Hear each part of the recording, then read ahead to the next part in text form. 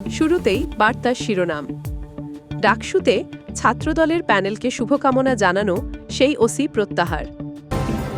ব্রাহ্মণবাড়িয়া বার্তা সংবাদ প্রচারে অঙ্গীকারবদ্ধ।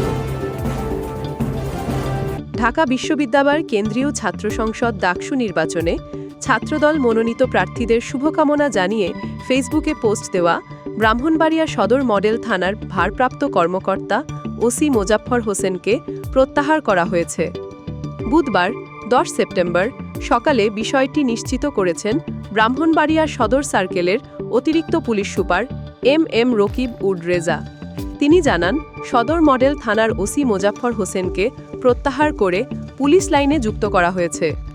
তার স্থলে নাসিরনগর থানার ওসি আজাহারুল ইসলামকে দায়িত্ব দেওয়া হয়েছে। এর আগে মঙ্গলবার 9 সেপ্টেম্বর সকালে ব্রাহ্মণবাড়িয়া সদর মডেল থানার ওসি মোজাফফর হোসেনের ব্যক্তিগত ফেসবুক আইডি থেকে ডাকসু নির্বাচন নিয়ে একটি পোস্ট দেওয়া হয়। ফেসবুকে দেওয়া স্ট্যাটাসে লেখা ছিল, মেধাবীদের জন্য শুভকামনা লইল 21, 17, 08। তার পোস্টে উল্লেখ করা সংখ্যাগুলো ডাকসুতে ছাত্রদলের প্যানেলের ভিপি, জিএস ও এজিএস এর ব্যালট নম্বর। ওসির ফেসবুক আইডি থেকে কোনো দলের প্রার্থী পক্ষে পোস্ট দেওয়ায় সরকারি চাকরির আচরণ বিধি নিয়ে অনেকে প্রশ্ন তুলে কমেন্ট করেন।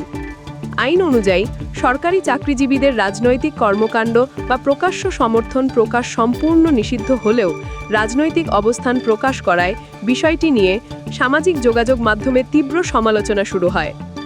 পরে কয়েক ঘন্টার ব্যবধানে তিনি স্ট্যাটাসটি মুছে ফেললেও বিতর্ক থামেনি। পরবর্তীতে ওসি মোজাফফর হোসেন তার ব্যক্তিগত ও সদর মডেল থানার ফেসবুক আইডিতে একটি পোস্ট দিয়ে দাবি করেন, আমার ব্যক্তিগত আইডি হ্যাক করে রাজনৈতিক পোস্ট দিয়ে আমাকে হেনস্থা করার চেষ্টা চলছে। আমার আইডিতে শকুনের চোখ পড়েছে, আইনি ব্যবস্থা নেব ইনশাআল্লাহ।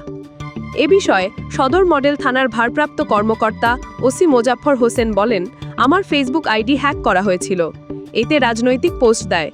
বিষয়টি নজরে আসার পর আমি আমার ঊর্ধ্বতন কর্তৃপক্ষকে অবগত করেছি। এই ঘটনা সাধারণ ডায়েরি করা হয়েছে। নিউজ ডেস্ক, ব্রাহ্মণবাড়িয়ার বার্তা। ব্রাহ্মণবাড়িয়া বার্তা সংবাদ প্রচারে অঙ্গীকারবদ্ধ।